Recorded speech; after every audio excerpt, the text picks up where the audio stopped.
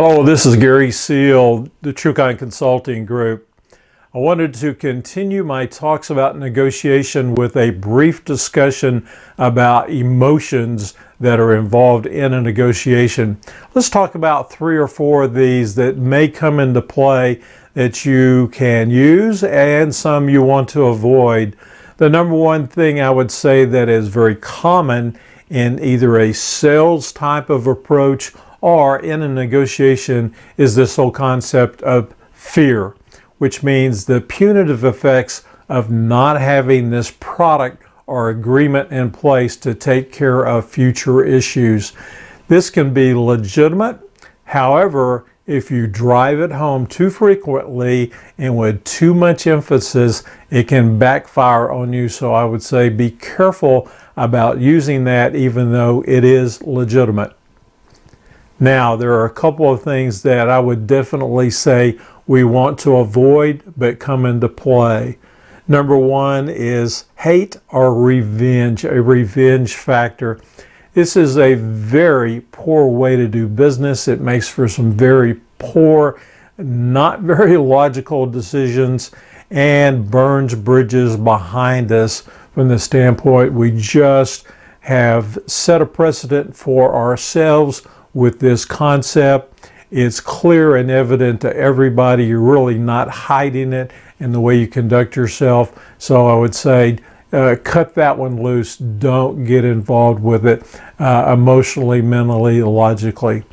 The other thing that can be a huge temporary motivator is anger. However, once again, anger is one of those things we certainly want to not be involved in. We can make the most rash, illogical type of decisions, paint very bad precedents, paint ourselves into a corner that we would regret for a long, long time. So do your best to avoid those outbursts, those anger motivations, and if you have to, call a temporary timeout and go set yourself aside in the corner for a little while until you can calm down and be more logical. Now, the thing that really works is this whole concept of having a just cause, which is another way of saying that you love something to the point where you're motivated to move forward with an agreement, and it's equitable, it's caring, and it has a motivating factor for both sides of the negotiating table. So love or a just cause is a good one.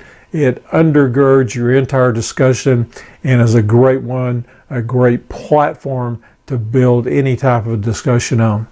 The other thing that you have to be careful about, both in yourself and with the other people that you might be dealing with, is this whole concept of power and ego.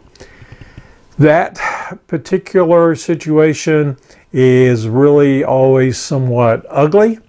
It doesn't constitute a good, equitable, long-term agreement. However, it exists to a great deal in everyday work, not only negotiations, that you just need to be aware of it, and you need to be aware not to practice it yourself, and then find ways to combat that with logic and the power of emotion back from yourself to the other party if they're trying to use a power play on you.